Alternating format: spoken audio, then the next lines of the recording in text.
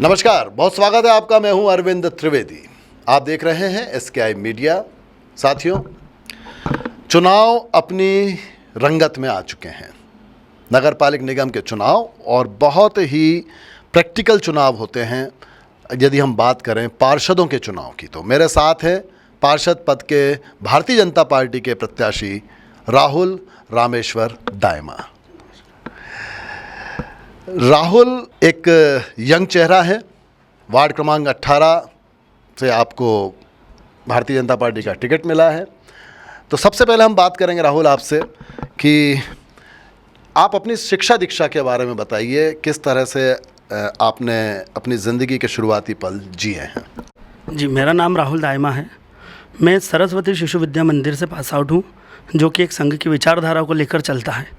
उसके साथ मैंने प्रेस्टीज इंस्टीट्यूट ऑफ मैनेजमेंट से बीबीए कंप्लीट करा है और निरंतर जब पढ़ाई चल रही थी उसी दरमियान मैंने कहीं ना कहीं अपने कैरियर को आगे बढ़ाने के लिए कुछ ना कुछ जॉब करते रहा हूँ और उसी को कंटिन्यू चलाते रहा हूँ।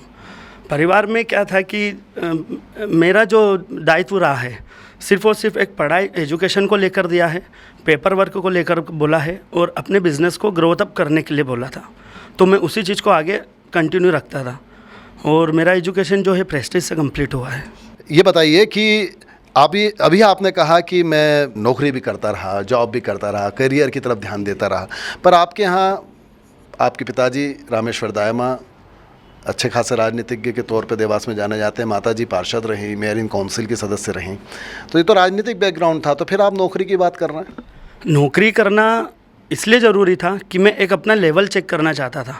तो मैं अपनी मार्केट में जो वैल्यू है अपने डील करने की, बात करने की, उस चीज़ के लिए मैं जॉब करना चाहता था। और उससे मुझे ये पता चलता था कि आगे अगर कुछ कंडीशन रहेगी, अगर रिस्पॉन्सिबिलिटी आएगी तो अपन उसको कैसे डील करेंगे, ये सिर्फ अपने ऊपर एक्सपीरियंस लेना चाहने के लिए मैं नौकरी करता था। देखिए, आप नौकरी करते रहे, नौकरी में आप अपने आप का जो एक एटीट्यूड है, किस तरह से जब आप जाएंगे सराउंडिंग्स में तो किस तरह से काम करेगा, उसको चेक कर रहे थे। और क्या क्या पाया, किस स्तर पे पाया? आप कर पा रहे थे, नहीं कर पा रहे थे, क्या क्या लग रहा था उस समय? बहुत अच्छा कॉन्फिडेंस लेवल था। मैं सभी अपने जो स्टाफ मेंबर्स थे उनको सेटिस्फाई कर रहा था। अपना रिजल्ट जो था बेस्ट से बेस्ट देने की कोशिश करा। कहाँ सर्विस कहाँ किया? मैंने एचडीएफसी बैंक में करा, आईएफएल गोल्ड लोन में करा और महिंद्रा फाइनेंस का ज्वाइनिंग लेटर था। तो वो पिताजी ने कहीं कि नहीं बेटा अपन को अपना वो करना है, तो उसको स्विच कर दिया। मतलब पिताजी के कहने से आपने कहीं ना कहीं नौकरी वाला जो दायरा था उसको सीमित कर लिया और उसके बाद फिर आप आ गए राजनीति में। क्या सीधे राजनीति में आना चाहते थे पहले से, कि राजनीति तो आपको दिखती थी चारों तरफ अपने? नहीं, राजनीति दिख तो थी कि मतलब क्या करना है क्या नहीं करना है, लोगों से बात भी करते थे, लेकिन फ्रंट लाइन पर नहीं था मैं।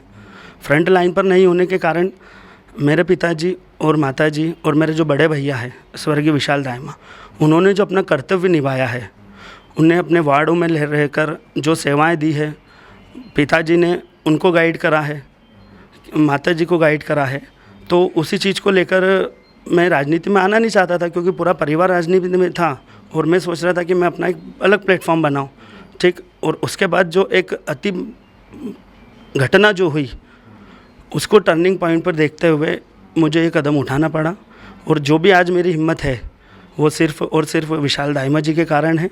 और आज जो मेरे को हिम्मत देते हैं विशाल दायमा देते हैं, और साथ में पापा की डांट और उनके संस्कार, ये मेरे साथ हमेशा चलते आए हैं और वो हमेशा चलते रहेंगे, क्योंकि उनकी सीख ने, उनके विश्वास ने मुझे आज इतना मजबूत कर रखा है। आज वार्ड का जो दायित्व मिला है, कि भारतीय जनता पार्टी ने मुझे जो दायित्व दिया है, श्रीमंत राजमाता जी महाराज साहब ने जो युवाओं के केंद्र हैं, उन्होंने जो मुझे दायित्व दिया है, उस दायित्व को मैं बखूबी निभाने की पूरी कोशिश करूँगा।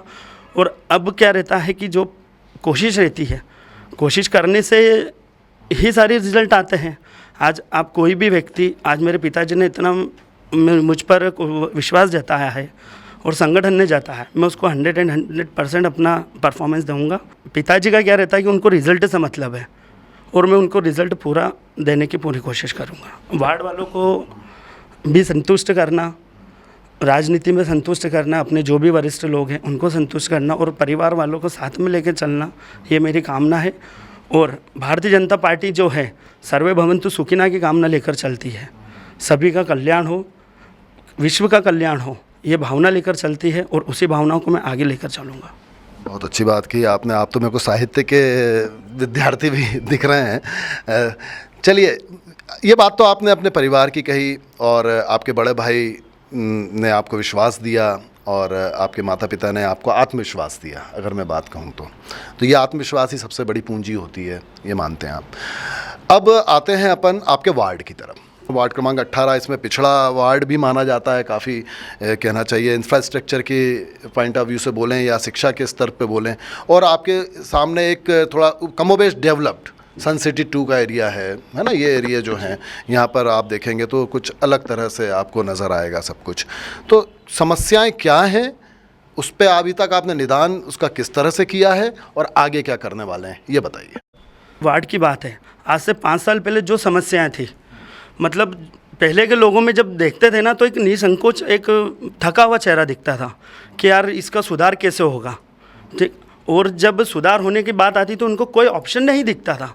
और पिताजी के मन में क्या था, आज से कभी भी जब वार्ड में जाते थे तो उनको सिर्फ वार्ड की फिक्र रहती थी कि यार इस वार्ड का मैं क्या कर, किस तरीके से कैसे करूँ, अगर मुझको जवाबदारी आएगी तो जिस प्रकार जैसे ही उनको दायित्व मिला, मेरी माताजी को दायित्व मिला पार्षद का, और पापा ने, भैया ने मिलके और मम्मी जी ने मिलके जो उस वार्ड की रूपरेखा चेंज करी, मतलब फर्श से लेकर अर्श तक में पूरा उन्होंने उस कायाकल्प चेंज कर दी उस वार्ड की।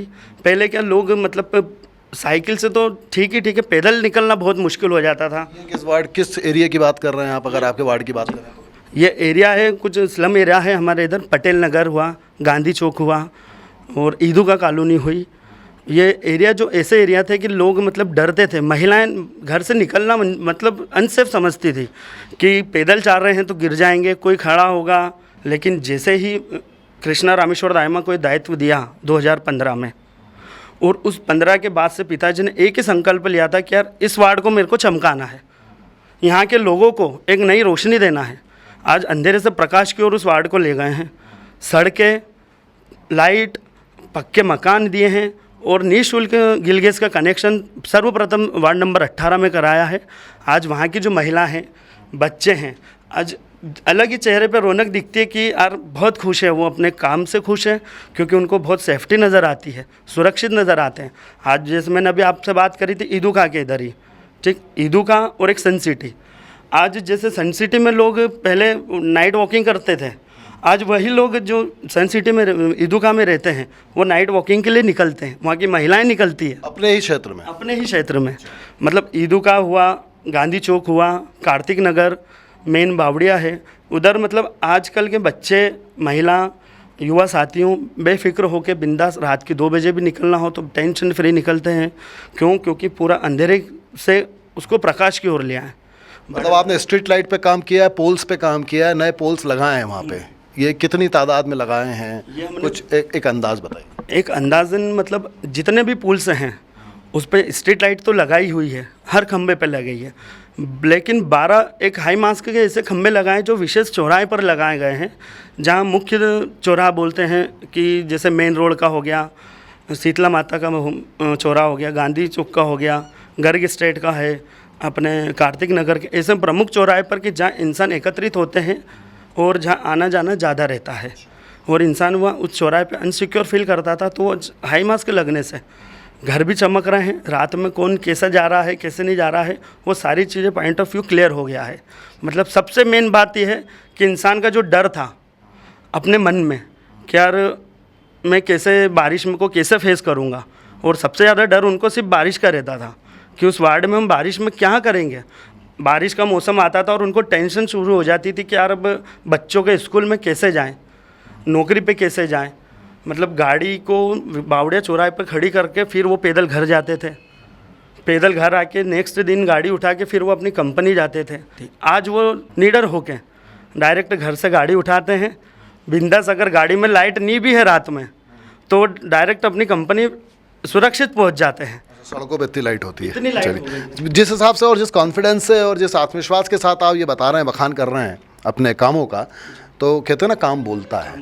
तो ठीक है, अब चलिए ये तो बात आपने ये कह दी, लेकिन मुझे ये बताएं कि आप प्रधानमंत्री नरेंद्र मोदी से क्या सीखे हैं? सीखना तो हमारा दस्तूर है ना। सबसे ज़्यादा तो यही कहा जा रहा है भारतीय जनता पार्टी में एक ही नाम सबसे पहले, पार्षद के चुनाव में भी उनका नाम चलता है। तो चलिए छोटा सा एक उदाहरण देके बताइए कुछ। नरेंद्र मोदी जी जो भारत के वर्चस्व को लीडर का भूमिका निभा रहे हैं, वो आज मतलब छोटे बच्चों से लेकर बुजुर्ग और युवा उनकी सोच पर चल रहे हैं। और उन्हीं सोच का और विश्वास को लेकर मैंने एक चीज़ सोची है, जब प्रधानमंत्री जी ने भारत बहुत अलग ही पोजीशन पर था, उस कंडीशन को चेंज करा। ठीक, डिजिटल आज अपन उसको कह सकते हैं। आज अपना भारत जो है पूरा डिजिटल हो चुका है। मतलब आप कल्पना नहीं कर सकते थे कि क्या अपन फ़ोन पे या गूगल पे पैसे ट्रांसफ़र कर सकते थे, नहीं कर सकते थे। ये सोचना एक परे हो जाता था कि फ़ोन पे पैसे कैसे आ रहे हैं।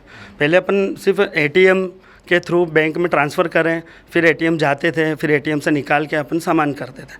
आज हर एक दुकान पे, हर एक व्यापारी, हर एक व्यक्ति 108 ठेले वाले की भी बात करो, ठेले वाला भी, पंचर वाला भी, सभी मतलब आज फ़ोन पे यूज़ कर रहे हैं। और निसंकोच सिक्योरिटी के साथ कि यार ये मेरा पैसा अगर नहीं जाएगा तो वो मेरे पास वापस आएगा। इसके लिए आप प्रधानमंत्री को कैसे मानते हैं? ये तो वैज्ञानिकों का काम है, हमारे के सॉफ्टवेयर इंजीनियर्स का काम है, लेकिन प्रधानमंत्री ने इसको चारों तरफ फैला दिया। ये कैसे संभव हुआ आपकी नज़र में? क्यों प्रधानमंत्री ने इसलिए करा है, संभव इसलिए हुआ है क्योंकि उन्होंने सोचा था कि आगे भारत को मेरे को कैसे करना है। तो उन्होंने उनकी टीम वर्क के साथ, उनकी कमेटी के साथ मिलकर इस समस्याओं को रखा और उसका रिज़ल्ट मांगा। क्या ये संभव है? उनसे क्वेश्चन करा कि ये हो सकता है कि अपना भारत स्मार्ट बन सकता है, टेक्नोलॉजी में डिजिटल बन सकता है, क्या अपन एक भारत को मेक इन इंडिया का सिंबल दे सकते हैं? तो उनकी जो टीम थी, उनका तो विश्वास था, उन्होंने मोदी जी पर विश्वास जताया और मोदी जी ने उनकी टीम पर विश्वास जताया कि आज एक भारत को नई पहचान दी। और साथ ही शिवराज जी ने जिस तरीके से आज 20 साल पहले देखा जाए तो मध्य प्रदेश एक बीमारू राज्य हुआ करता था। मतलब कि अगर दूसरे राज्य से मध्य प्रदेश में आते थे तो ऑटोमेटिक नींद खुल जाती थी। अच्छा, एमपी आ चुका है, मतलब डचके चालू हो गए हैं, गड्ढे आ गए हैं। और आज क्या हो गया कि कब एमपी आ रहा है और कब घर आ गए, नींद में पता ही नहीं चलता है।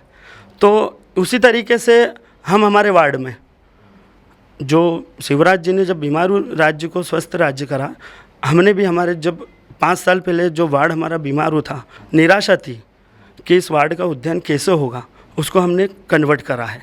मोदी जी का आइडल मानकर मैं उन्हीं के विचारधारा को गाइडलाइन लेकर मैं अपने वार्ड को स्मार्ट बनाना चाहूँगा और जितने भी स्मार्ट कार्य हो सकते हैं उस वार्ड के लिए वो करना चाहूँगा। मेरा एक ही उद्देश्य है कि अपने वार्ड को स्मार्ट बनाना है और हाईटेक बनाना है, और उसी वार्ड को डिजिटल रूप में कैसे ले जा सकते हैं उस चीज़ को क्या करना है।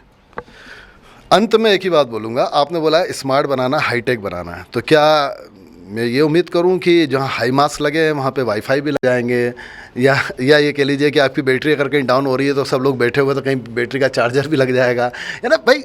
कोई भी चीज़, अगर एक नई जनरेशन है, यंग पर्सनालिटी मेरे सामने बैठी है, तो वो जिस तरह से आप बात कर रहे हैं, तो क्या आपके वार्ड क्रमांक 18 में हम देख सकेंगे ऐसा? बिल्कुल देख सकेंगे। आज मेरे को यंग जनरेशन पे जिस हिसाब से लोगों ने मुझ पर विश्वास जताया, मैं उनको विश्वास और यकीन से कहता हूँ कि मैं अपने वार्ड नंबर 18 को स्मार्ट करके रहूँगा। जो विशेष चौराहे हैं अपने, वहाँ पे जहाँ भीड़ भड़का ज़्यादा होता है, लोग परेशान होते हैं, है ना, उस मेन चौराहे पर हम कैमरा लगाना चाहेंगे और कैमरे के साथ साथ वाईफाई की सुविधा देंगे, रिचार्ज स्टेशन देंगे, जिससे कहीं भी आप मोबाइल को लेकर रिचार्ज कर सकते हैं, चार्ज कर सकते हैं। और वाईफाई के थ्रू आज बहुत पढ़ाई होती है, बच्चे उन्होंने एजुकेशन को लेके बहुत एक्सपर्ट हैं, मोबाइल में ही एजुकेशन पूरा कंप्लीट कर लेते हैं। तो मैं उस वाईफाई की सुविधा देकर आजकल के बच्चों को मैं उससे कनेक्ट करना चाहता हूँ डिजिटल से। सपने बड़े हैं और उसको 18 नंबर वार्ड में आप पूरा करना चाहते हैं। और देखिए प्रेरणा भी कहाँ से ली, दिल्ली के बाद आप भोपाल आए और भोपाल के बाद आप देवास आए। तो ये होता है एक यंग जनरेशन की सोच, एक उत्साह से भरी हुई सोच निश्चित तौर पे दिखाई दे रही है। अंत में शासन की कुछ योजनाएं हैं आपके जो क्षेत्र हैं, जैसे मैं अगर बात करूं प्रधानमंत्री आवास योजना, लाडली लक्ष्मी योजना, बस ये बताइए कि इस क्षेत्र में पिछले 5 सालों में आपने क्या काम किया है? आपके मतलब आपके परिवार, माता जी की बात करूँ तो। जी, श्रीमंत गायत्री राजे पवार जी ने और स्वर्गीय तुकोजीराव पवार जी ने जब 2015 में माता जी को ये दायित्व दिया था कि आपको ये वार्ड में हम पार्षद बना रहे हैं और MIC मेंबर बना रहे हैं, तो उस दायित्व को मेरी माता जी ने और पिताजी और मेरे जो स्वर्गीय बड़े भैया विशाल दायमा ने, उन्होंने बखूबी निभाया है। अपने प्रधानमंत्री की जो आवास योजना है उसको 19.9% उस वार्ड में उतारा है। सबसे ज़्यादा आज वार्ड नंबर 18 में मुख्यमंत्री की योजना के साथ साथ प्रधानमंत्री आवास योजना के जो भी घर है, कच्चे मकान थे, उनको पक्का करा है। लाडली लक्ष्मी योजना का फ़ायदा उठाया है। सीवरेज कनेक्शन जो चलाए थे प्रधानमंत्री जी ने, वो निःशुल्क कनेक्शन कराए हैं। गिल गैस कनेक्शन कराए हैं। राशन कार्ड, संबल कार्ड, आयुष्मान योजना के पूरे कार्ड हमने घर घर बनवाए हैं। फ्री कैंप लगवा कर कि आयुष्मान कार्ड आप बनाएं और अपने आने वाली समस्याएं, जो बीमार होते हैं घर पे, जो पूंजी गरीब वर्ग के लोग हैं, अपने स्लम में रहे हैं, नौकरी वगैरह करते हैं जो व्यक्ति, उनकी एक जो पूंजी इकट्ठी होती है वो पूंजी ख़त्म नहीं हो, इसलिए हमने आयुष्मान कार्ड पे ज़्यादा विशेष दिया है, क्योंकि प्रधानमंत्री जी ने उसको एक नई वो दी है कि जो गरीब लोग रहता है, नया आयाम दिया है कि आप आयुष्मान कार्ड बना के अपने घर वालों को स्वस्थ जल्दी से जल्द करा सकते हैं अगर कोई बीमार होता है तो। चलिए, आपसे बात की, शिक्षा की भी बात आपने की है, स्वास्थ्य की बात आपने की, इंफ्रास्ट्रक्चर की बात आपने की, बदलती दुनिया की बात की, स्मार्ट सिटी की बात की, तमाम तरह का जो आपके पास ज्ञान का भंडार मैं कहूँगा एक युवा के पास जो होना चाहिए अपने देश और समाज को लेकर, वो आपने जनता के सामने प्रस्तुत किया। अब जो हमारे दर्शक देख रहे हैं वो फैसला करेंगे राहुल रामेश्वर दायमा उनकी कसौटी पर कितने खरे उतरते हैं। बहुत बहुत धन्यवाद।